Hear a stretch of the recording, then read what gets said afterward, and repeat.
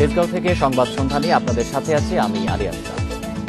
বার্তা কক্ষের সর্বশেষ নিয়ে সাথে আছে আমি পাঠানা লোপা। শুরুতেই জানিয়ে দিচ্ছি শিরোনাম। নরসিংদীর বেলাবোতে বাস প্রাইভেট কার সংঘর্ষে প্রাণ গেল 4 জনের, নিহতদের মধ্যে আছেন 3 বোন।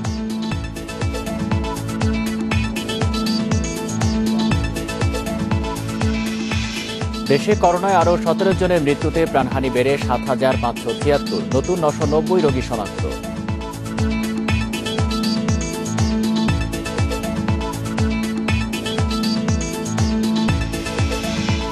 নতুন বছরের প্রথম দিনে দেশ জুড়ে বিনামূল্যের পাঠ্যপুস্তক বিতরণ, মধ্য জানুয়ারিতেই পৌঁছাবে সব বই।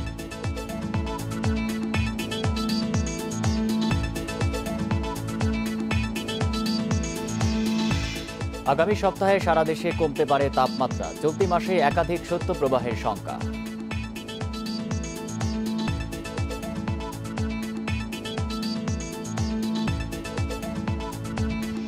ইঞ্জিনকে রাখি কর্মক্ষম ও সুরক্ষিত সাউদি লুব্রিক্যান্টস, ভাবনাহীন পথ চলায়। শুনছিলেন শিরোনাম, জানাবো পুরো খবর। নরসিংদী বেলাবোতে বাস ও প্রাইভেট কারের মুখোমুখি সংঘর্ষে 4 জন নিহত হয়েছেন। ঢাকা সিলেট মহাসড়কে বেলাবো উপজেলার জঙ্গোয়া এলাকায় এই সংঘর্ষের ঘটনা ঘটে। নিহত 4 জনই প্রাইভেট কারে যাত্রী ছিলেন, তাদের মধ্যে আছেন 3 বোন। পুলিশ জানিয়েছে ভৈরব থেকে প্রাইভেট কারটি নরসিংদীর দিকে আসছিল। বেলাবোর জঙ্গোয়ায় পৌঁছালে ঢাকা থেকে সিলেটগামী আল মোবারকা পরিবহনের সাথে মুখোমুখি সংঘর্ষ হয়। এতে দুমড়ে মুচড়ে ঘটনাস্থলে প্রাইভেট কারে 4 যাত্রীর মৃত্যু হয়। আহত একজনকে মুমূর্ষু অবস্থায় ভৈরব হাসপাতালে পাঠানো হয়েছে। পরে ভৈরব হাইওয়ে পুলিশ দুর্ঘটনা কবলিত গাড়ি দুটি উদ্ধার করেছে।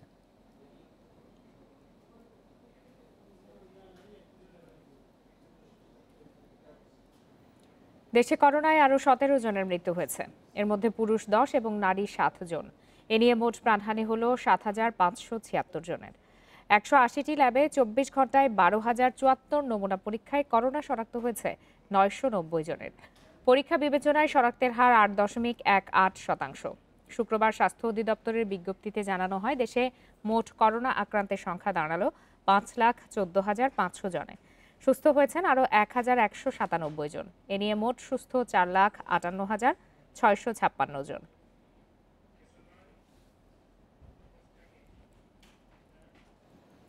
করোনা মহামারীতে স্বাস্থ্য খাতের সবচেয়ে বড় সুখবর, এ মাসের শেষেই দেশে আসতে পারে করোনা ভ্যাকসিন। এমন দুর্যোগ মোকাবেলায় তৃণমূলের স্বাস্থ্য ব্যবস্থাকে শক্তিশালী করার উদ্যোগ নিয়েছে সরকার।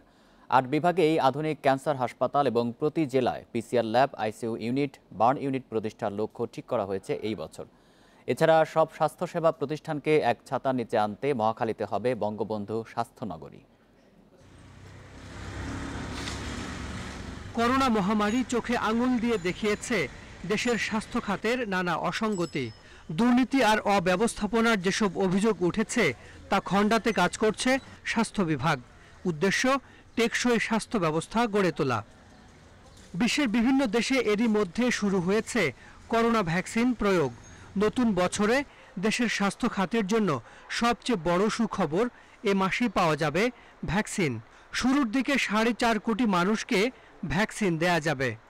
আশা করছি শুরুতেই আমরা ভ্যাকসিন পেয়ে যাব এবং আপনারা জানেন যে বিশ্বের কয়েকটি দেশে ভ্যাকসিন দেওয়া শুরু হয়েছে এবং আমরা যে ভ্যাকসিন সরাসরি ক্রয় করেছি 3 কোটি ডোজ, এবং এটা ছাড়াও বিশ্ব স্বাস্থ্য সংস্থার মাধ্যমে কোভ্যাক্স ফ্যাসিলিটিজে যে আরো 20% পপুলেশনের জন্য যে ভ্যাকসিন আসবে, মোটামুটি আমরা 4.5 কোটি মানুষকে টিকা দেওয়ার ব্যবস্থা আমাদের ইতিমধ্যে হয়েছে। নতুন বছরের স্বাস্থ্য খাতে আছে আরও বেশ কিছু আশার খবর।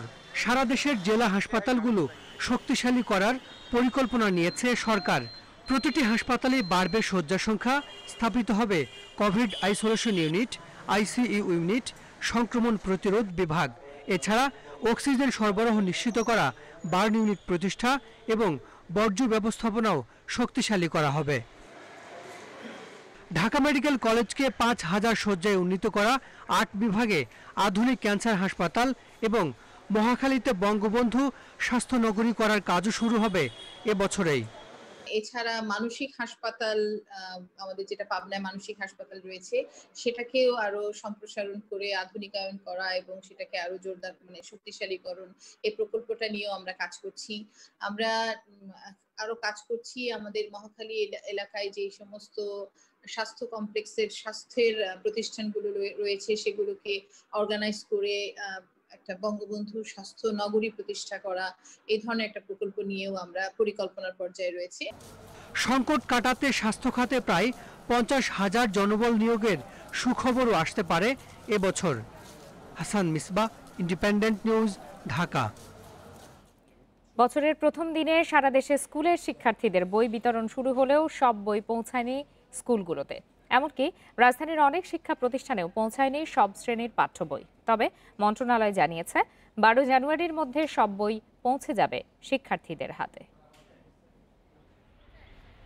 9 মাসের বেশি সময় পরে স্কুলে আসার সুযোগ, দীর্ঘ সময় পর বন্ধুদের সাথে দেখা ক্ষুদে শিক্ষার্থীদের, তাই বাঁধ ভাঙা আনন্দ। যদিও অনেক বন্ধুই আসেনি, তারপরও বই নেয়ার জন্য স্কুলে আসার সুযোগ তো হলো। আমি আমার বই পেয়ে খুব খুশি হয়েছি, অনেক ভালো লাগতেছে আমার। তৃতীয় শ্রেণীতে উঠেছে, আমি বই পেয়ে খুব খুশি। আমি খুব খুশি হয়েছি। নতুন বই হাতে পেয়ে খুশি শিক্ষার্থীরা। অভিভাবকদের চাওয়া করোনার ঝুঁকিমুক্ত থাকুক তাদের সন্তানেরা, সেই সাথে এই বছরটা যেন শিক্ষার্থীরা ক্লাসের সাথে থাকতে পারে। ক্লাস করতে পারলে খুব আরো খুশি হতাম। আমি চাই দ্রুতই ক্লাস হোক, জানি আমি ভালোভাবে পড়ালেখা করতে পারি। তবে বাচ্চারা যদি আসতো আমাদের গার্ডিয়ানদের আরও ভালো লাগতো। বছরের প্রথম দিনে স্কুলগুলোতে স্বাস্থ্যবিধি মেনে শিক্ষার্থীরা বই নিচ্ছে। আমাদের গার্জিয়ানরা আসছেন, তাদেরকে আমরা স্বাস্থ্যবিধি মেনে যতটা সম্ভব আমাদের এই ক্ষুদ্র পরিসরে ক্ষুদ্র ব্যবস্থাপনায় আমরা চেষ্টা করছি সেইভাবে স্বাস্থ্যবিধি মেনে আমরা তাদের হাতে বই তুলে দিতে। বই বিতরণ শুরু হলেও অনেক স্কুলেই সব শ্রেণীর বই পৌঁছায়নি বলে জানিয়েছে কর্তৃপক্ষ। আমাদের সপ্তম শ্রেণীর এবং নবম শ্রেণীর বই আমরা এখনো পাইনি। তবে আমরা থানা শিক্ষা অফিসের কর্মকর্তার সাথে কথা বলেছি, আগামী রবিবার তালিকা হলে আমাদেরকে বই দিবে, এমনটি আমাদেরকে জানিয়েছে। তবে মন্ত্রণালয় জানিয়েছে সব পাঠ্য বই জানুয়ারির মাঝামাঝি সময়ের মধ্যে পৌঁছে যাবে। ব্যবস্থাটা করে দেবেন যেন ভাগে ভাগে এসে 3 দিন ধরে একটি শ্রেণীর সব শিক্ষার্থীরা তাদের বই সংগ্রহ করে। অর্থাৎ আমি যদি 6, 7, 8, 9 বলি, মোট 12 দিনে আমাদের শিক্ষার্থীরা তাদের বইগুলো তাদের স্কুল থেকে সংগ্রহ করবে। করোনার কারণে এবছরের বই ছাপানোর কাজ শুরুতে দেরি হয়, তাই শিক্ষার্থীদের হাতে কিছু বই যেতে দেরি হচ্ছে। নতুন বছরে শিক্ষা সংশ্লিষ্টদের একটাই প্রত্যাশা, করোনা মহামারী দূর হোক, ক্লাসে ফিরে আসুক শিক্ষার্থীরা, প্রাণচঞ্চল হয়ে উঠুক আবার শিক্ষা প্রতিষ্ঠানগুলো। নূরে আলম, ইন্ডিপেন্ডেন্ট নিউজ, ঢাকা। সারা দেশে স্কুলে শুরু হয়েছে নতুন বই বিতরণ। বছরের প্রথম দিনে প্রাথমিক বিদ্যালয়ের শিক্ষার্থীরা হাতে পেয়েছে নতুন বই, আর মাধ্যমিকের শিক্ষার্থীরা পাচ্ছেন ধাপে ধাপে। বিভাগ ও জেলার স্কুলগুলোতে স্বাস্থ্যবিধি মেনে বিতরণ করা হচ্ছে 34 কোটির বেশি বই। নতুন বই নিতে দীর্ঘদিন পর স্কুলে গিয়ে উৎফুল্ল শিশুরা। রাজশাহীতে মাস্ক পরা নিশ্চিত করা সহ স্বাস্থ্যবিধি মেনে বই বিতরণ করেছে স্কুল কর্তৃপক্ষ। তবে জেলায় প্রাথমিকে প্রায় 86,000 বই এখনও পৌঁছেনি, আর মাধ্যমিকে শুধু সপ্তম শ্রেণীর 13টি বইয়ের মধ্যে দেয়া হচ্ছে মাত্র 7টি বই। আমি এতদিন বাসায় ছিলাম, আমার একটু ভালো লাগছিল না। আজ আমি স্কুলে এসেছি, আমার খুবই ভালো লাগছে। বই পেয়ে খুব ভালো লাগছে, কারণ নতুন বই পড়তে ভালো লাগবে।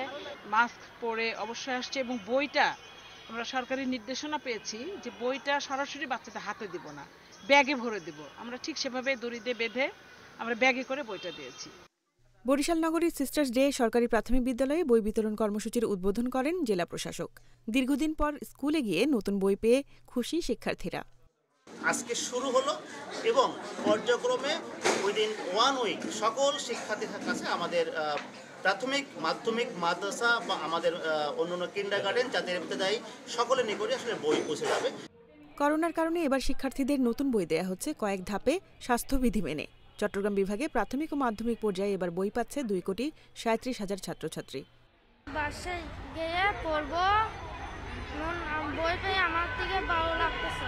2021 বই খুব ভালো লাগতেছে, আনন্দ লাগতেছে। বাসায় গিয়ে পড়ালেখা করবো, এটাও ভালো লাগতেছে। বগুড়ায় প্রথম দিনে শহরের 3টি সরকারি প্রাথমিক বিদ্যালয়ে বই বিতরণ করা হয়। জেলায় এবার বিতরণ হবে 76,44,000 বই।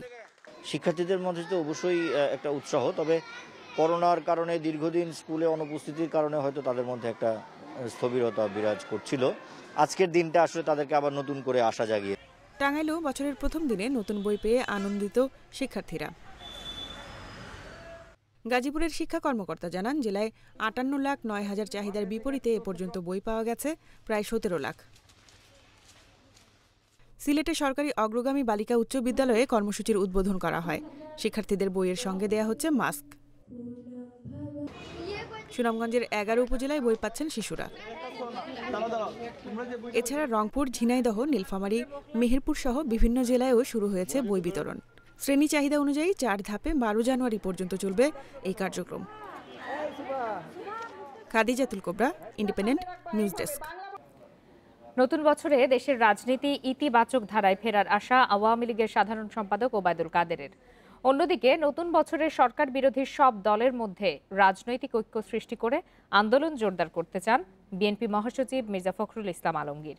শুক্রবার সকালে রাজধানীতে পৃথক দুটি অনুষ্ঠানে তারা এই মন্তব্য করেন। সরকারি বাসভবন থেকে অনলাইন ব্রিফিংয়ে আওয়ামী লীগের সাধারণ সম্পাদক দেশবাসীকে ইংরেজি নতুন বছরের শুভেচ্ছা জানান। তার আশা, নতুন বছরে আরও উন্নয়ন ও সমৃদ্ধির দিকে এগিয়ে যাবে বাংলাদেশ।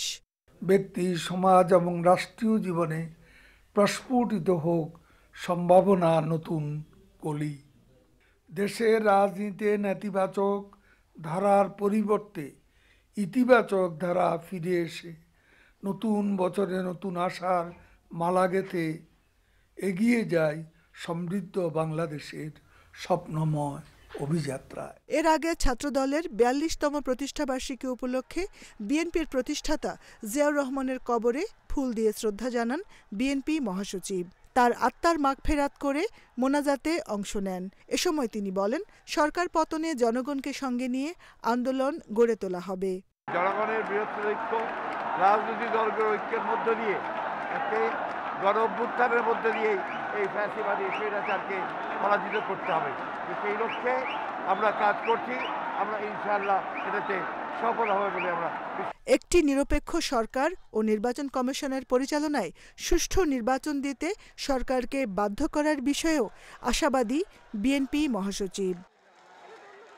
Jahanara Parvin, independent news, Dhaka.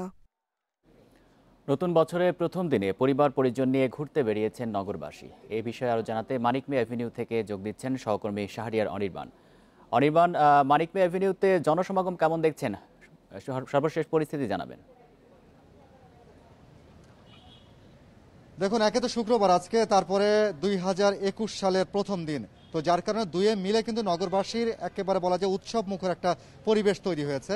সকাল থেকেই সারাদিনই বিভিন্ন বিনোদন কেন্দ্র যেগুলো ছিল, সেই বিনোদন কেন্দ্রগুলোতে কিন্তু বেশ চোখে পড়ার মতো ভিড় ছিল। আমরা দুপুরবেলায় যখন ঢাকা জাতীয় চিড়িয়াখানা অর্থাৎ মিরপুর চিড়িয়াখানায় যখন আমরা যাই, সেখানে আমরা দেখি যে প্রায় 40,000-এর মতো দর্শনার্থী সেখানে এসছে এবং পা ফেলার মতো জায়গা নেই। চিড়িয়াখানার যে কর্তৃপক্ষ তারা আমাদেরকে জানিয়েছে বিভিন্ন সময় যে শুক্রবার বা শনিবারের দিন 4-5 হাজার দর্শনার্থী আসে, কিন্তু আজকে সেই তুলনামূলকভাবে অনেক বেশি এসছে। আমি এখন রয়েছে মানিক মিয়া এভিনিউ ঠিক উত্তর পাশে আমাদের জাতীয় সংসদ ভবনের পশ্চিম প্লাজায়। এখানে ছোট একটি আয়োজন চলছে, সেটি হচ্ছে বঙ্গবন্ধু জাতির জনক বঙ্গবন্ধু শেখ মুজিবুর রহমানের জন্মশতবার্ষিকী উপলক্ষে বিশেষ প্যাভিলিয়ন একটি তৈরি করা হয়েছে, বঙ্গবন্ধু প্যাভিলিয়ন। আর সেখানে শুক্রবার দুপুর 2টা থেকে সন্ধ্যা 7টা পর্যন্ত এখানে দর্শনার্থীদের জন্য উন্মুক্ত রাখা হয়েছে। এখানে বঙ্গবন্ধুর বিভিন্ন তার পুরো রাজনৈতিক জীবন এবং তার ছাত্র জীবনের তার বিভিন্ন রকমের যে স্মৃতি এবং তার দলিল দস্তগত রয়েছে সেগুলো এখানে প্রদর্শন করা হচ্ছে এবং মূলত এটি তৈরি করা হয়েছে বঙ্গবন্ধুর জন্মশতবার্ষিকী উপলক্ষে সাধারণ মানুষের জন্য। এই আয়োজনে আমরা দেখেছি যে দুপুর থেকেই আজকে ভিড় ছিল এবং কিছুক্ষণ আগে যারা দর্শনার্থী ছিলেন, যেহেতু সন্ধ্যা 7টা পেরিয়ে গেছে, যার কারণে তারা এখন সবাই চলে গেছে। এর বাইরে যদি আপনাকে সংসদ ভবনের ঠিক মানিক মিয়া এভিনিউয়ের যে রাস্তাটা রয়েছে, সেই রাস্তার পাশের যে জায়গাগুলো আছে সেখানে যদি আপনাকে দেখাই, এখানে ভিড় রয়েছে যে দর্শনার্থীরা পরিবার পরিজন এবং তাদের স্বজনদের নিয়ে এসেছিলেন। বেশিরভাগ মানুষের মুখেই কিন্তু কোনো মাস্ক দেখতে পাচ্ছি না। প্রশাসনের পক্ষ থেকে কি কোনো নজরদারি আছে সেখানে? দেখুন, আমরা প্যাভিলিয়নের ভেতরে যখন যারা ছিল তাদেরকে প্রবেশ করার সময় তাদের প্রত্যেকের মুখে মাস্ক এবং স্বাস্থ্যবিধি এবং তাদের শরীরের তাপমাত্রা মেপে তাদেরকে প্রবেশ করানো হচ্ছিল। বাইরে সাধারণত এই চিত্রটি আমরা প্রতিদিনই দেখছি। গত মার্চের 8 তারিখ থেকে এখন পর্যন্ত আমরা দেখছি সাধারণ মানুষের ভিতরে যে মাস্ক পরার যে প্রবণতা বা চর্চাটা, সেই চর্চাটি নেই। এটি প্রশাসনের উদাসীনতা বলেন বা সচেতনতার অভাব বলেন, সেটা বলা যেতে পারে। কিন্তু আজকে আমরা চিড়িয়াখানায় গিয়েও দেখেছি যে সেখানে স্বাস্থ্যবিধি পুরোপুরি না মানলে পরেও প্রায় অর্ধেক অংশ আমরা বলা যায় যে মানা হচ্ছিল, কারণ যারা প্রবেশ যারা করছিলেন তাদের প্রত্যেকেরই মুখে মাস্ক ছিল এবং ভেতরে হাত ধোয়ার জন্য আলাদা একটা ব্যবস্থা রাখা হয়েছিল।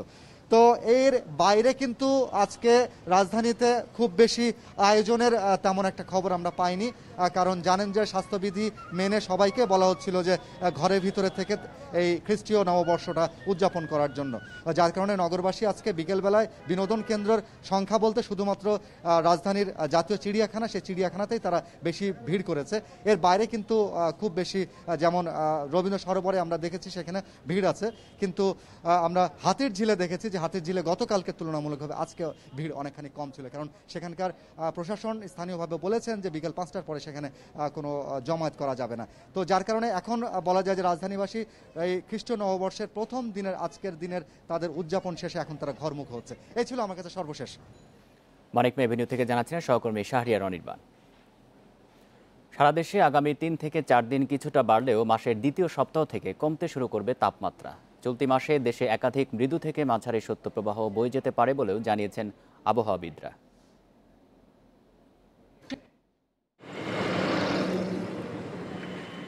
পৌষের মাঝামাঝি হলেও শীতের তীব্রতা নেই রাজধানী সহ সারা দেশে, কুয়াশাও কম। জানুয়ারির দ্বিতীয় সপ্তাহ পর্যন্ত পরিস্থিতি এমন থাকবে বলে জানাচ্ছে আবহাওয়া অধিদপ্তর। আবহাওয়া অফিস বলছে আগামী 3 থেকে 4 দিন ক্রমাগত বাড়তে পারে তাপমাত্রা, তবে কমতে শুরু করবে দ্বিতীয় সপ্তাহ থেকে। রাতের তাপমাত্রা কিছুটা বাড়ার দিকে থাকবে, অর্থাৎ শৈত্যপ্রবাহ শীতের অবস্থাটা কন্ডিশনটা থাকবে, তবে শৈত্যপ্রবাহ অবস্থাটা অনেক জায়গা থেকে আরও উঠে যাওয়ার সম্ভাবনা আছে আর কি। তবে আগামী 3-4 দিন মোটামুটি তাপমাত্রা আবার বিশেষ করে রাতের তাপমাত্রা বেড়ে যাওয়ার সম্ভাবনা আছে। এদিকে আবহাওয়ার পূর্বাভাসে বলা হচ্ছে চলতি মাসে দেশে একাধিক শৈত্যপ্রবাহ বয়ে যেতে পারে। উত্তর ও উত্তর পশ্চিম দিক থেকে হিমালয় ও সাইবেরীয় হিমেল হাওয়া আসার কারণে তীব্র শীত অনুভূত হতে পারে দেশের উত্তর, পশ্চিম, দক্ষিণ পশ্চিম, ঢাকা বিভাগ সহ মধ্যাঞ্চল, সিলেট বিভাগ ও পার্বত্যাঞ্চলে। শৈত্যপ্রবাহটা কিন্তু আমাদের দেশে জানুয়ারি মাসে একটু বেশি হয়ে থাকে, তবে আপাতত আজকে 1 জানুয়ারি আমাদের জানুয়ারি 3 তারিখে আমাদের বিশেষজ্ঞ কমিটির একটা মিটিং আছে। ওইখানে আমরা আরও ডাটা এবং বিভিন্ন তথ্যপাত্র বিশ্লেষণ করে আমরা তখন বলবো যে জানুয়ারি মাসে কোন ধরনের শৈত্যপ্রবাহ, যেটা মৃদু না মাঝারি না তীব্র শৈত্যপ্রবাহ, এই ধরনের কোন পরিস্থিতি হতে পারে। চলতি মাসে বৃষ্টির কোনো সম্ভাবনা নেই বলেও জানিয়েছে আবহাওয়া office. Khaled Raihan, independent news, Dhaka.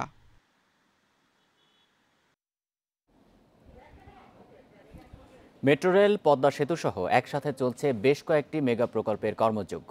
কয়েক বছর আগে যা ছিল স্বপ্ন, শিগগিরই দৃশ্যমান হবে সেগুলো। সুফল পেতে শুরু করবে দেশ। যোগাযোগ ও অর্থনীতিতে আসবে বিশাল পরিবর্তন। পরিকল্পনা মন্ত্রীর আশা, এমন উন্নয়নে বিশ্বকে অবাক করে দেবে বাংলাদেশ।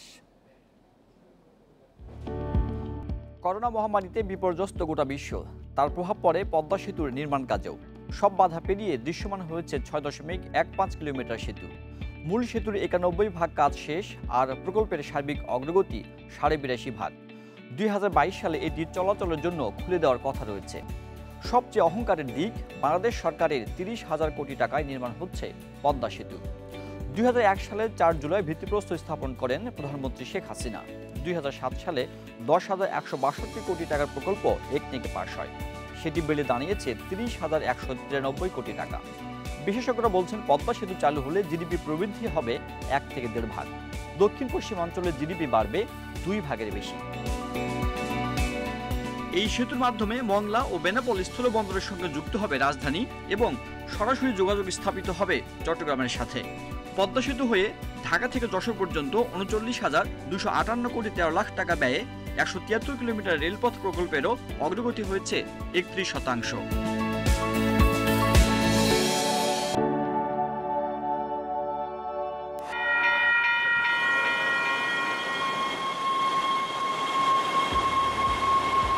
দ্রুতগতিতে আধুনিক যান মেট্রো রেলও নগরবাসীর কাছে এখন আর স্বপ্ন নয়। স্বাধীনতার সুবর্ণ জয়ন্তীতে এবছরই চালু হচ্ছে উত্তরা থেকে মতিঝিল অংশ। 20 কিলোমিটারের পথ পাড়ি দিতে সময় লাগবে মাত্র 38 মিনিট। এই প্রকল্পের সার্বিক অগ্রগতি হয়েছে 53 ভাগের বেশি। এ মাসে মেট্রো রেলের 5টি কোচ দেশে আসার কথা রয়েছে। আপাতত 5টি স্টেশনে পরীক্ষামূলকভাবে চালানো হবে। মিরপুর থেকে মতিঝিল পর্যন্ত মূল সড়ক ধরেই এগিয়ে চলছে নির্মাণ কাজ। সারি সারি পেয়ারের উপর একের পর এক বসছে ভায়াডাক্ট। এর মধ্যে আগারগাঁও অংশে 11 কিলোমিটার ভায়াডাক্ট নির্মাণ শেষ হয়েছে। মতিঝিল অংশেও চলছে ভায়াডাক্ট নির্মাণ। এর সঙ্গে সমান তালে এগিয়ে চলছে রেল লাইন বসানোর কাজ। রেল লাইন বসানো হয়েছে এখন পর্যন্ত 5 কিলোমিটারের বেশি। আগারগাঁও অংশে 9টি স্টেশনের সবগুলোর প্রথম ধাপের কাজ শেষ হয়েছে। আগামী জুনের মধ্যে বাকিগুলো নির্মাণ শেষ হবে। মতিঝিল অংশেও চলছে স্টেশন নির্মাণের কাজ। দেশের সবচেয়ে ব্যয়বহুল ও প্রথম পারমাণবিক বিদ্যুৎ কেন্দ্র নির্মাণ হচ্ছে পাবনায়। এর ব্যয় ধরা হয়েছে 1,13,000 কোটি টাকা। 90% অর্থ ঋণ দিচ্ছে রাশিয়া।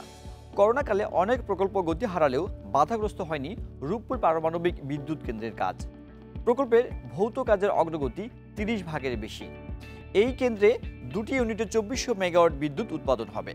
প্রথম ইউনিট 2023 সালে এবং দ্বিতীয় ইউনিট 2024 সালে উৎপাদনে যাওয়ার কথা।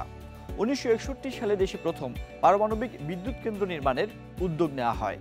2017 সালে রূপপুরে পারমাণবিক বিদ্যুৎ কেন্দ্রের 1 নম্বর ইউনিটের কাজের উদ্বোধন করেন প্রধানমন্ত্রী শেখ হাসিনা। চট্টগ্রামে কর্ণফুলী নদীর তলদেশে তৈরি হচ্ছে 3.5 কিলোমিটারের বঙ্গবন্ধু টানেল। এর ব্যয় ধরা হয়েছে 9,880 কোটি টাকা। চীনের অর্থায়নে নির্মাণ করছে চায়না কমিউনিকেশনস কনস্ট্রাকশন কোম্পানি। এই প্রকল্পের অগ্রগতি হয়েছে 61 ভাগ। এরই মধ্যে নদীর তলদেশে প্রায় 2.5 কিলোমিটার দীর্ঘ 2টি টিউবের মধ্যে একটির খনন ও রিং স্থাপন করা হয়েছে। দ্বিতীয় টিউবের খনন কাজও চলছে। 2 মুখের সড়ক ও ওভারপাস নির্মাণ করা হচ্ছে। 2022 সালের ডিসেম্বরের মধ্যে কাজ শেষ করার লক্ষ্য। 45% কাজ শেষ হয়েছে দোহাজারী রামু কক্সবাজার ঘুমধুম রেল লাইন প্রকল্পের কাজ। 18,034 কোটি টাকার এই প্রকল্প বাস্তবায়নে এশীয় উন্নয়ন ব্যাংক এডিবির সঙ্গে $150 কোটি ঋণ চুক্তি হয়। 2022 সালের ডিসেম্বরের মধ্যে কাজ শেষ করার লক্ষ্য থাকলেও দোহাজারী থেকে কক্সবাজার পর্যন্ত অংশ এর আগেই শেষ করতে প্রধানমন্ত্রীর নির্দেশনা রয়েছে। বিদায়ী বছরে পরিচালন মুনাফা কমেছে দেশের বাণিজ্যিক ব্যাংকগুলোর। খাত সংশ্লিষ্টরা বলছেন ঋণের সুদ হার 9% নামিয়ে আনা, আমদানি রপ্তানির গতি কমে যাওয়া সহ নানা কারণে কমেছে মুনাফা। এ অবস্থায় ব্যাংকগুলোকে বিনিয়োগ বাড়ানোর পরামর্শ দিচ্ছেন তারা। অর্থনীতিতে করোনা মহামারীর প্রভাব ছায়া ফেলেছে দেশের ব্যাংকিং খাতেও। বিদায়ী বছরে কমেছে অধিকাংশ ব্যাংকের পরিচালন মুনাফা। 2020 সালে ইসলামী ব্যাংকের পরিচালন মুনাফা আগের বছরের চেয়ে 700 কোটি টাকা কমেছে। তবে মোট 1,800 কোটি টাকা মুনাফা নিয়ে এবারও ব্যাংকগুলোর মধ্যে শীর্ষস্থান ধরে রেখেছে বেসরকারি খাতের ইসলামী ব্যাংক। পরিচালন মুনাফা 20%-এরও বেশি কমেছে mutual trust, bank Asia, south east সহ মোট 10টি ব্যাংকের। আর 10%-এর বেশি কমেছে ইউনাইটেড কমার্শিয়াল, এনসিসি, যমুনা, আল আরাফা ও ঢাকা ব্যাংকের। ব্যাংক সংশ্লিষ্টরা বলছেন ঋণের সুদ হার 9%-এ নামিয়ে আনা, করোনায় আমদানি রপ্তানির গতি কমে যাওয়া, সংক্রমণের ধাক্কা মোকাবিলায় একাধিক দফায় সুদ আদায় স্থগিত ব্যাংকিং খাতে মুনাফা কমার অন্যতম কারণ। একটা সাধারণ ছুটি ছিল এবং ট্রেডটা অনেকটা কমে গেছে। তো আমরা দেখতে পাচ্ছি এক্সপোর্ট এবং ইম্পোর্ট বিশেষ করে অনেকটা কমে যায় এবং তার জন্য স্বাভাবিকভাবে আমরা দেখেছি পরিচালন মুনাফাটা কমে গেছে।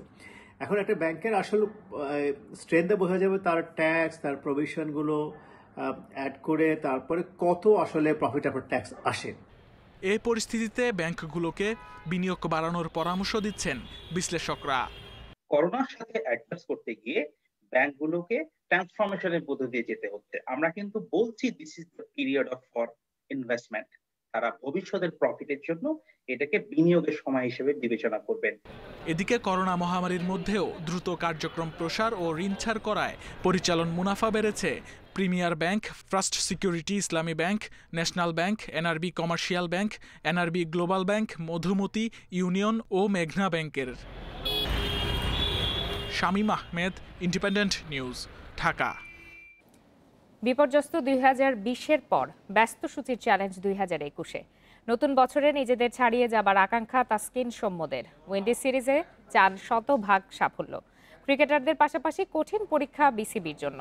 ঢাকা এবং চট্টগ্রাম 2 ভেন্যুতে সুরক্ষা বলয় অক্ষত রাখার চ্যালেঞ্জ নিচ্ছে বোর্ড। মহামারীর কালো ছায়া এখনো দৃশ্যমান, কিন্তু নিরাময়ের কাজে সময়ের চেয়ে যোগ্যতর আর কে হতে পারে? অভিশপ্ত বছরকে পেছনে ফেলে এসেছে নতুন সূর্য। প্রথম আলোয় নতুন স্বপ্ন হোম অফ ক্রিকেটের সবুজে। আপাতত জনশূন্য এই প্রেক্ষাগৃহেই বসবে নতুন আসর। স্কোরবোর্ড ছুটবে রান উৎসবে। দর্শকদের প্রত্যাবর্তনে সম্পূর্ণ হবে মিলন মেলা। নতুন বছরে নতুন মিশনে ভরসা তারুণ্যের আবির্ভাবে। ঘরোয়া আসরে নাইম ইমন শান্তদের আত্মপ্রকাশ দিচ্ছে নতুন আশা। পরীক্ষিতদের মধ্যে ছন্দে ফিরেছেন লিটন সৌম্য তাসকিনরা। অভিজ্ঞতা তারুণ্য, মূল লড়াইয়ে জিততে হলে লড়তে হবে দল হয়ে। কর্মশক্তির ওয়েস্ট ইন্ডিজের বিপক্ষে শতভাগের চেয়ে কম সাফল্যে সন্তুষ্ট থাকতে চায় না টাইগাররা।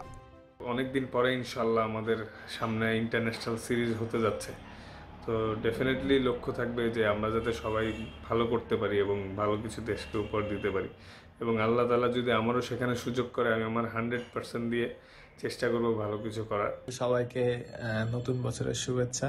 সবাই নতুন বছরটা অনেক অনেক ভালো কাটান এবং সুস্থ থাকেন, ভালো থাকেন, সবাইকে নিয়ে অনেক হ্যাপি থাকেন। মাঠে লড়বেন ক্রিকেটাররা, নেপথ্যের দায়িত্ব কম নয় আয়োজকদের। 2 আসরের অক্ষত সুরক্ষা বলয়ে আপাতত স্বস্তি বিসিবির। তবে আন্তর্জাতিক ক্রিকেটের চ্যালেঞ্জ সবসময় আলাদা। মিরপুরের হোম অফ ক্রিকেটে কোভিড প্রোটোকল নিয়ে কাজ করা হয়ে গেছে। নতুন বছরে নতুন চ্যালেঞ্জ চট্টগ্রামের জহুর আহমদ চৌধুরী স্টেডিয়ামে। ওয়েস্ট ইন্ডিজ কিন্তু আমাদের এই 2টা টুর্নামেন্টের মানে দেখে কিন্তু ওরা আসার ইন্টারেস্টটা দেখিয়েছে। সো ওটাও কিন্তু আমাদের জন্য চ্যালেঞ্জিং, বাট আগের মতো আগে যেমন প্লেয়াররা খেলে পারফরমেন্স করতো, সব কিছু করতো, এখন কিন্তু ওদের সাথে আমাদেরও চ্যালেঞ্জিং ব্যাপারটা চলে আসছে। 2020-এর স্থগিত সব মিশনের কারণে ঠাসাঠাসি অবস্থা 2021 সূচিতে।